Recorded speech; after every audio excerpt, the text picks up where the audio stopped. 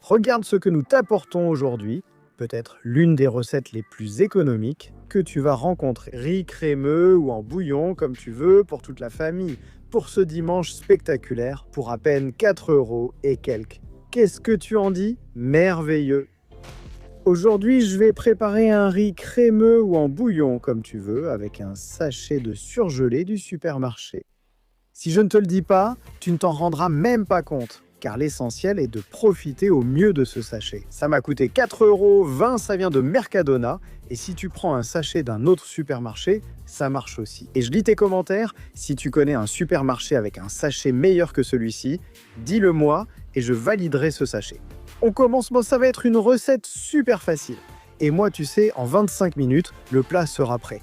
Merveilleux, tout simplement. Facile. On commence la recette avec notre sachet de surgelé d'environ 600 à 680 grammes. Ce que nous allons faire, c'est séparer chacun des ingrédients contenus dans le sachet de surgelé pour les utiliser à différents moments et en tirer le meilleur parti.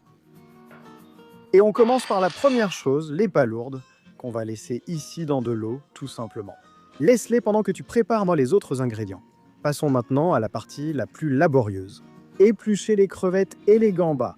Les crevettes, ce sont les petites. Les gambas, c'est ce qui est plus gris. Allez, on y va à fond et ne jetez pas les carapaces, car elles vont être une partie fondamentale de notre recette. Carapaces, peau, pelure, peu importe leur nom, ni les têtes.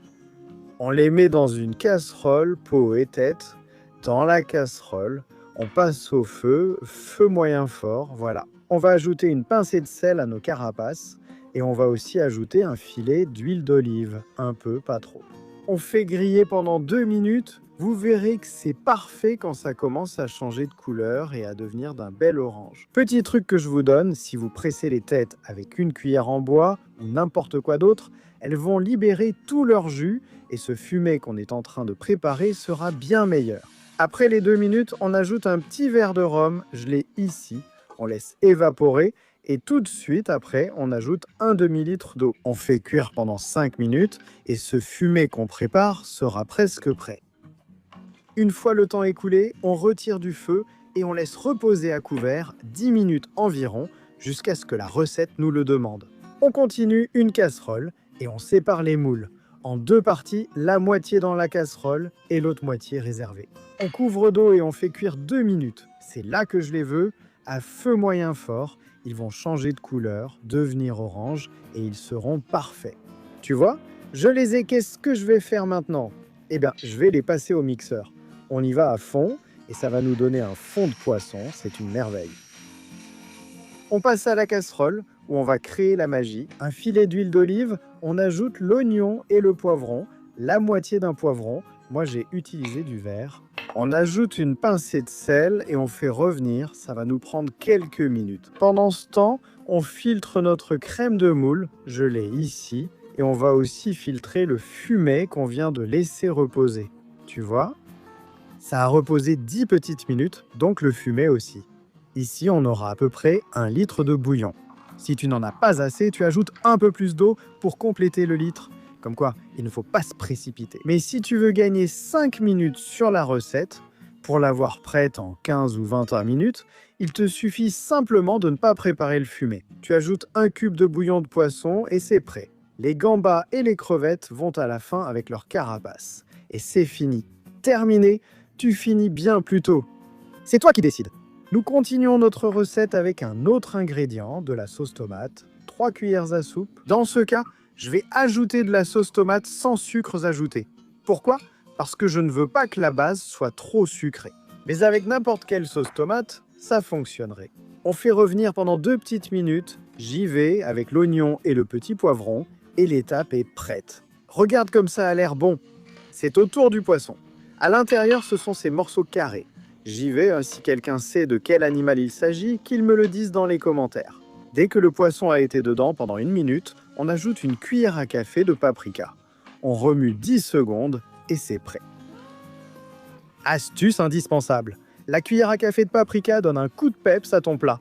Waouh, c'est merveilleux. Waouh, c'est merveilleux. Ce qu'il faut faire, c'est faire très attention. Le laisser seulement quelques secondes pour ne pas qu'il brûle et baisser la température rapidement en ajoutant l'ingrédient suivant. Ce sera merveilleux. Ingrédient indispensable, riz rond. Je vais en utiliser 300 grammes et ça suffira au moins pour 5 personnes. On met le riz, on mélange et on va lui donner un peu de chaleur ici. 2 petites minutes à peu près, sans arrêter de remuer. Si tu as du riz bomba, c'est encore mieux. Petit truc, nacrer le riz, c'est simplement lui donner un coup de chaleur avant d'ajouter le bouillon. C'est bien meilleur, la différence se sent et ça ne te coûte que 10 petites secondes de ta vie. Regarde-moi ça. Avec notre riz bien nacré, il est temps de réincorporer le mélange de bouillon que nous avions préparé. Voilà, elle est encore tiède, donc notre riz sera encore meilleur, toujours tiède. On y va. Sel selon votre goût. Je ne vais pas en ajouter beaucoup, parce que je n'aime pas quand c'est trop salé. C'est bon. Il nous reste à ajouter encore une petite chose. Les moules que nous avions mises de côté, parce que j'adore tomber sur des moules dans mon riz. Je remue un peu pour que les ingrédients se mélangent et on va compléter avec 250 ml d'eau. Donc il y a 1 litre de bouillon et 250 ml d'eau. Maintenant, une pincée de colorant si tu as des enfants et qu'ils ont besoin que le riz soit jaune parce que sinon, ils ne le mangent pas. Feu moyen 15 minutes et cette recette est presque terminée. Ces petites poudres magiques de colorant et de glutamate monosodique qu'on ajoute à la paella, c'est du poison, je ne le nie pas. Mais la seule alternative qui me vient à l'esprit, c'est le safran. Et c'est hors de prix. Tu en connais une autre? Peut-être que tu as une petite astuce. Ou alors le laisser blanc, comme tu veux. Essaye. Après un certain temps, on a le riz comme ça. On l'a remué 2 fois pour qu'il libère l'amidon. On ajoute les crevettes. On l'a presque prêt, hein? Dans quelques minutes, tu as le plat sur la table. Allez, les crevettes et les gambas à l'intérieur. Et on va aussi ajouter les palourdes. Voilà. On ajoute toutes les palourdes, petit à petit. Et dès que tout est dans la casserole, feu moyen, 5 minutes, et il ne nous reste plus qu'une dernière touche pour finir. Si tu as un petit sachet comme celui-ci dans le congélateur, tu as le repas prêt, et je t'assure que c'est super bon. Tu peux ajouter plus de choses? Bien sûr. Tu peux ajouter n'importe quel type de poisson surgelé. Et si tu me laisses choisir, je choisirai l'alotte. Ça marche aussi super bien si tu ajoutes quelques crevettes ou quelques gambas en plus pour donner encore plus de goût. Donc comme tu veux. Et si tu veux en faire un plat mixte, tu ajoutes quelques morceaux de viande, de porc ou de poulet, tu fais revenir le tout ensemble et c'est un vrai régal. C'est toi qui choisis. Dernière touche, on retire du feu et on laisse reposer cette merveille 2 petites minutes. J'ai voulu le laisser comme ça, bien crémeux. Mais si tu veux le laisser plus liquide, il suffit d'ajouter 2 verres de bouillon ou d'eau, si tu n'en as pas. Et avec le même procédé, tu obtiendras un plat bien plus liquide, très savoureux. Et si tu le veux sec, tu le mets au four, à une température élevée, au moins 210 degrés quelques minutes, sans exagérer. Je pense qu'en 3 minutes, ça peut être prêt. Tu surveilles, et dès que tu vois le dessus bien sec et avec cette touche presque croustillante, tu le sors. Et c'est prêt. Mais ne dépasse pas, hein? 2 ou 3 minutes. Eh bien, c'est tout. À table, voilà ton riz crémeux. Spectaculaire? Il est parfait. Et si tu l'avais voulu plus liquide, il suffisait d'ajouter un peu plus d'eau et de le laisser à ton goût. Aucun problème, tu dois préparer cette recette. Le résultat est incroyable. Riz-Ras. Qui dit mieux? Pour un peu plus de 4 €. Un repas pour toute la famille. Regarde-moi ça. Waouh! J'adore cette recette. Et maintenant, on passe à l'assiette. Tiens, regarde. Waouh, quelle merveille. En vérité, ce riz est super facile à faire et il est spectaculaire. Maintenant, il ne me reste plus qu'à prendre la petite cuillère et goûter. Regarde. Il est en train de dire « Mange-moi ». Tu dois le préparer. Tu ne le regretteras pas. Voilà un riz crémeux. Waouh! C'est incroyable, vraiment comme on a su tirer parti du petit sachet surgelé.